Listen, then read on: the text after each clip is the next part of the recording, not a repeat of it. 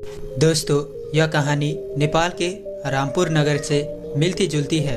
एक बार की बात है, नेपाल के रामपुर नगर में कृष्ण नाम का एक भोला भाला बहुत ही सीधा सा लड़का रहता था। लेकिन उसके नगर का हालत बहुत बुरा था। उसके गांव का हालत बहुत खराब था। रामपुर में छोटा बच्चा कुलत में फंसा हुआ था। वहाँ के 6 से 7 साल का बच्चा सिगरेट, गुटखा, खैनी खाने लगता। वहाँ का लगभग सभी बच्चा से लेके बूढ़ा व्यक्ति तक नशे कुलत में धुर्त रहता। यह देखकर कृष्ण अपने गांव प्रति बहुत चिंतित रहता। वहाँ के बच्चे लड़के 1-2 साल पढ़ाई करता और पढ़ाई छोड़कर कुलत में फंस जाता। साथियों संगत में घूमने लगता, इधर उधर दिन भर नशा करता, लड़की लड़कों के पीछे भागता। और रामपुर के बच्चे अपने माँ बाप से गुटखा, सिगरेट, खैनी आदि खाने के लिए, नशा करने के लिए अपने माँ बाप से पैसा मांगता। और उनके माँ बाप पैसे ना देने पर वह अपने माँ बाप से भी लड़ जाता, गाली गलौज करता, अपने माता पिता को भी भला बुरा कह देता। और उस रामपुर गांव का हालत यह भी हो चुका था, जब उन्हें वहां के उन लड़के को जब अपने नशा के पूर्ति के लिए पैसा घर से नहीं मिलता तो वह गांव में चोरी भी करता। वह चोरी करने से भी पीछे नहीं हटता। गांव में हर जगह शराब की दुकान होता था और वहां के बड़े बुजुर्ग भी शराब पी कर गांव में टहलता रहता, जिसके कारण उन बच्चों को भी संस्कार वही मिलता। और वह बच्चे भी शुरुआत से ही नशे में छोटा नशा करने लगता। और जब किशोरावस्था में जाता तो वह लड़के लड़की के पीछे पड़ा रहता। और कोई लड़की कुछ बोल देती तो उसे लगता कि मुझे तो कोई लड़की पसंद ही नहीं करता, और जिसके कारण वह और भी शराब, सिगरेट आदि विभिन्न तरह का नशा करने लगता और कहता कि मुझे तो लड़कियों ने धोखा दे दी है, मुझे कोई पसंद नहीं करता। और वह लोग अपने नशा के कारण, अपने इस दुर्व्यवहार के कारण वह अपना जीवन को बहुत ही खराब तरीके से जीता। अपने जीवन को सब युवा बर्बाद कर लेता। उस रामपुर के घर घर के दुकान में शराब मिलता था, जिसके कारण वहाँ के किसी भी व्यक्ति को शराब आसानी से मिल जाता।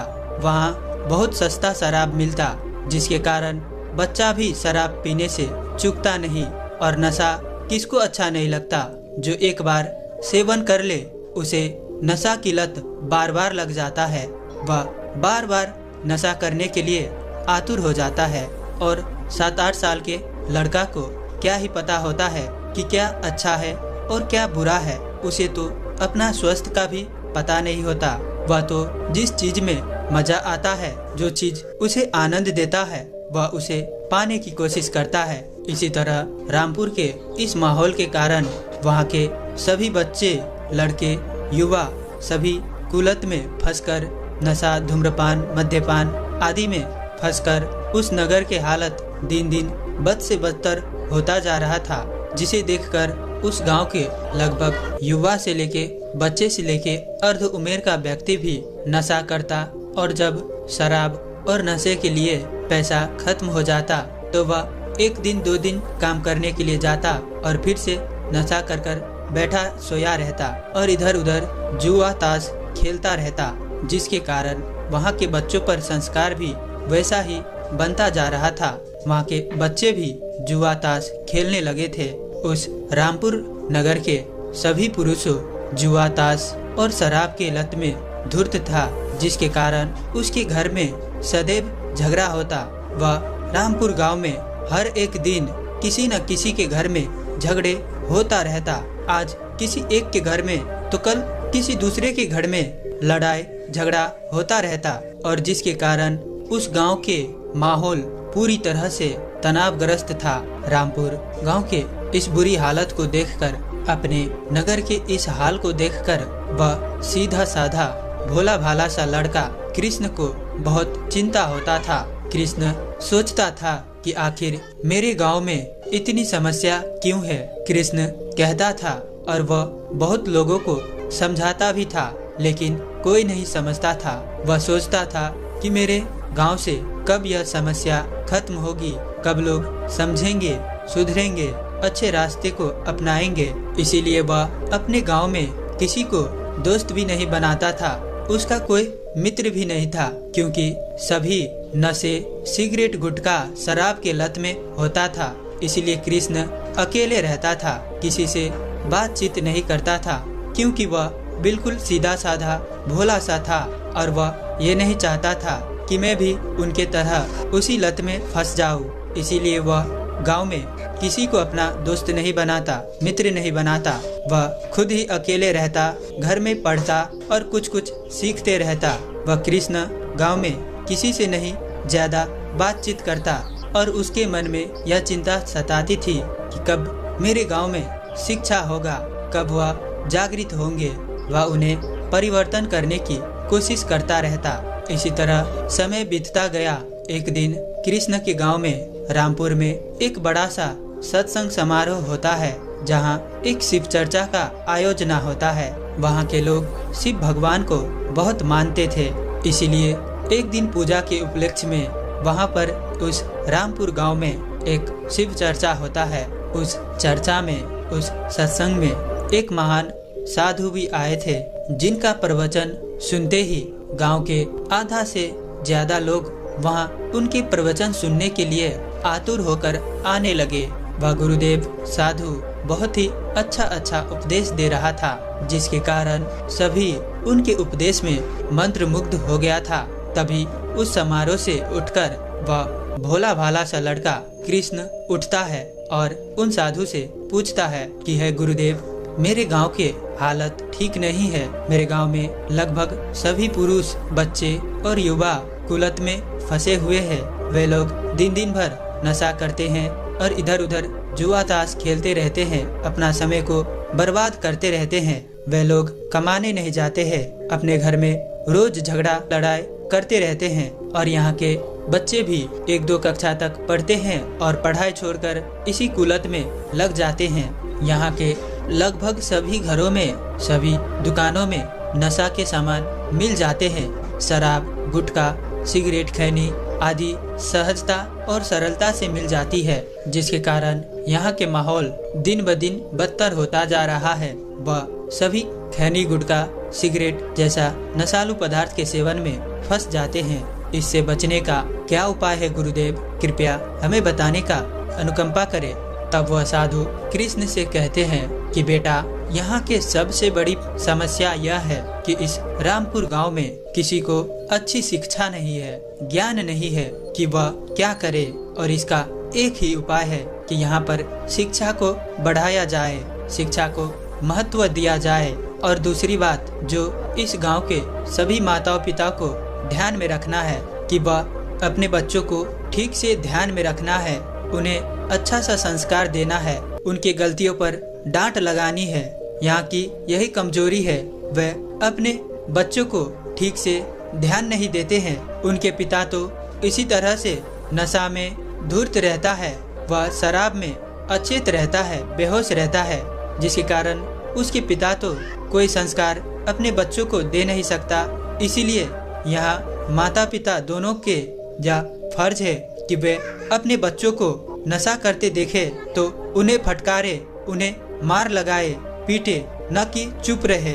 इस रामपुर के अधिकतर माँ बाप ऐसे हैं कि अपने बच्चे को नशा करते देखता है लेकिन कुछ नहीं बोलता है, जिसके कारण यहाँ के बच्चे बाद में जाकर धीरे धीरे बड़ा बड़ा नशा करने लगते हैं। जैसे कि गुटखा से शुरू करता है, सिगरेट, खैनी, दारू, शराब आदि बड़े बड़े नशा करने लगते हैं और उनके दैनिक दिनचर्या ही नशा बन जाता है। वह रोज नशा करने से पीछे नहीं हटता और यहाँ पर इस नगर के बच्चों के बिगड़ने की प्रमुख श्रेय पहले तो माता पिता पर जाती है। इसलिए वे अपने बच्चों को ठीक से ध्यान दें कि उनके बच्चे क्या कर रहे हैं, सही मार्ग में जा रहे हैं या कुलत में लग रहे हैं। और दूसरी बात, मैंने पहले भी कहा है कि शिक्षा वही एक हथियार है जो दुनिया को बदल सकती है। इसीलिए जब लगे कि उनके बच्चे अब पढ़ने में ध्यान नहीं दे रहे हैं तो उनके माता पिता उन्हें डांटे, उन्हें कैसे भी करके पढ़ने के लिए भेजे, ना कि उन्हें ऐसे ही छोड़ दे। जब बच्चे शिक्षित होंगे, पढ़ेंगे लिखेंगे तो उनमें यह नैतिक ज्ञान भी अवश्य आएगा कि हमें अपने स्वास्थ्य का ध्यान रखना है, जीवन में कुछ अच्छा करना है, न कि बुरे लत में फंसना है। जब उनमें शिक्षा आएंगी, जब वह पढ़ेंगे लिखेंगे, तो उनमें यह ज्ञान स्वतः आ जाएगा और फिर वह साधु कहता है। इसीलिए मेरी अपील यही है कि अपने बाल बच्चे को उचित और ज्यादा से ज्यादा शिक्षा दे।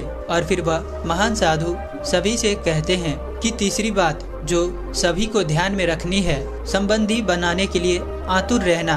जब यहाँ शिक्षा नहीं है तो यहाँ बच्चे से बच्चे भी प्रेम में पड़ जाता है। वह लड़का लड़की को देखता है तो कहता है मुझे इससे प्यार हो गया। कोई भी लड़का या लड़की जब किशोर अवस्था से युवा अवस्था में प्रवेश करता है तो उसके शरीर में हार्मोन असंतुलन की अवस्था की शुरुआत हो जाती है, जिसके कारण वह किशोर किशोरी या वह लड़का लड़की एक दूसरे के प्रति आकर्षित होने लगता है। लेकिन उनके यह उम्र उचित या परिपक्व नहीं होता। इस उम्र में वह शारीरिक रूप से असक्षम और कमजोर होता है। बहुत सी युवाओं को इस पड़ाव में आते ही संबंध बनाने का मन करने लगता है।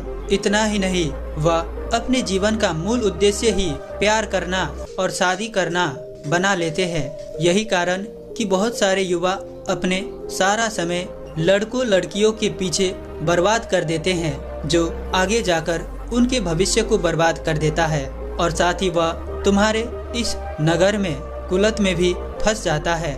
जैसा कि कृष्ण तुम कहते हो कि मेरा रामपुर नगर में नशे की पदार्थ सहज ही रूप से मिलता है, तो वह इन चक्कर में धोखा खाकर नशे की सेवन करने लगता है। तो इसीलिए मेरे इस बात को हमेशा याद रखना कि अपने बच्चे को यह संस्कार देना कि उसे संबंध नहीं भविष्य बनाने में अपने ध्यान को केंद्रित करना है। स्वास्थ्य की और नैतिक शिक्षा अपने बाल बच्चों को देते रहना। और फिर वह महान साधु कृष्ण से कहते हैं कि चौथी बात हमेशा ध्यान रखना कि दूसरों की बातों में आना। बहुत सारे लोग अपने आप को व खुद को दूसरों की बात में आने से रोक ही नहीं पाते हैं। उन्हें कोई बहका देता है, उनके मित्र साथी या उनसे बड़े लोग उन्हें बहका देता है कि आओ ताश खेलते हैं, नशे करते हैं, तो वे तुरंत ही चले जाते हैं, उस कुलत को अपना लेते हैं। इस तरह दूसरों की बात में आ जाते हैं और वह अपने माता पिता के बात नहीं मानते हैं, जिसके कारण उनके एक गलती से उनका सारा भविष्य ही बर्बाद हो जाता है। और फिर वह महान साधु उन सभी से कहते हैं कि मेरी इस पांचवी बात को हमेशा याद रखना कि अपने आप को कभी भी कम मत आंकना। यह दिक्कत बहुत सारे लोगों युवाओं में देखने को मिलती है। दरअसल इस प्रतिस्पर्धा के दौर में लोग अपनी तुलना किसी और से करने लगते हैं। जब बड़े कुलत में रहते हैं, नशा करते हैं, तो वह बड़े लोगों को ही देखकर सीखते हैं। और कहा जाता है कि हर बच्चे खुद को बड़ा दिखाना चाहता है। हर बच्चा यह चाहता है कि मैं दूसरे के आगे बड़ा दिखूं, मैं भी बड़ा लगूं, कोई भी मुझे बच्चा ना कहे। और वह भी जब देखते हैं कि बड़े गलत कुलत में लगे हैं, सिगरेट पीते हैं, वह नशा करते हैं, तो वह भी बड़ा बनने के लिए वह भी सिगरेट गुटखा खैनी और नशा करने लगते हैं, क्योंकि वह भी चाहता है कि मैं भी बड़ा दिखूं लोगों के सामने। और वह अपने आप को तुलना करने लगते हैं और खुद को कम आंक के नशा करके कुलत में फंस के बड़ा बनना चाहता है। तभी वह महान साधु सभी से कहते हैं कि हमें बड़ा बनने के लिए हम दिखावा करते हैं, हम दिखाते हैं कि हम उससे बड़े हैं, लेकिन हम बड़ा तब बनते हैं जब हम कोई बड़ा काम करते हैं। हम दिखावा करके बड़ा नहीं बन सकते, बल्कि हमें बड़ा बनने के लिए अधिक ज्ञान और बड़ा काम करना पड़ता है, जिसके लिए हमें शिक्षा की जरूरत होती है। और हमें इस तरह के बड़ा काम करना चाहिए, न कि नशा को बड़ा मानकर कुलत में बड़ा बनना चाहिए। इससे आपका जीवन उल्टा ही बर्बाद हो जाता है। और फिर वह भोला सीधा सा लड़का कृष्ण उठकर उन साधु से कहता है कि हे गुरुदेव, मेरे घर में भी माता गुटखा सिगरेट खैनी बेचता है, मैं उन्हें समझाता भी हूँ, उनके भविष्य बिगड़ जाता है और मैं उन्हें समझाने के लिए गुरुदेव क्या करूँ, कृपया मुझे बताएं। तब वह गुरुवर कहते हैं कि बेटा, तुम्हारा काम है किसी को समझाना और तुम समझा चुके हो, और समझना ना समझना उनके हाथ में है। तुम अपने ध्यान खुद को कामयाब बनाने में दो। जब तुम अपने पैरों पर खड़ा हो जाओगे तो लोग अपने आप तुम्हारी सलाह मानने लगेंगे। जब तुम कुछ कर दिखाओगे, जब तुम कोई काम में बेहतर करके उनमें कामयाबी हासिल पालोगे, सफल हो जाओगे, तुम कुछ अच्छा कर जाओगे, अच्छे काम करके पैसे भी पर्याप्त हो जाएंगे, तो लोग तुमसे प्रेरणा लेंगे और तुम्हारे घर के लोग भी तब खुद ही समझ जाएंगे और तुम्हारी यह समस्या भी अपने आप ही समाधान हो जाएगी, जब तुम्हारे पास कोई भी चीज की कमी नहीं रहेगी। इसीलिए तुम दूसरों को समझाने से पहले, उन्हें सुधारने से पहले तुम खुद को सुधार लो।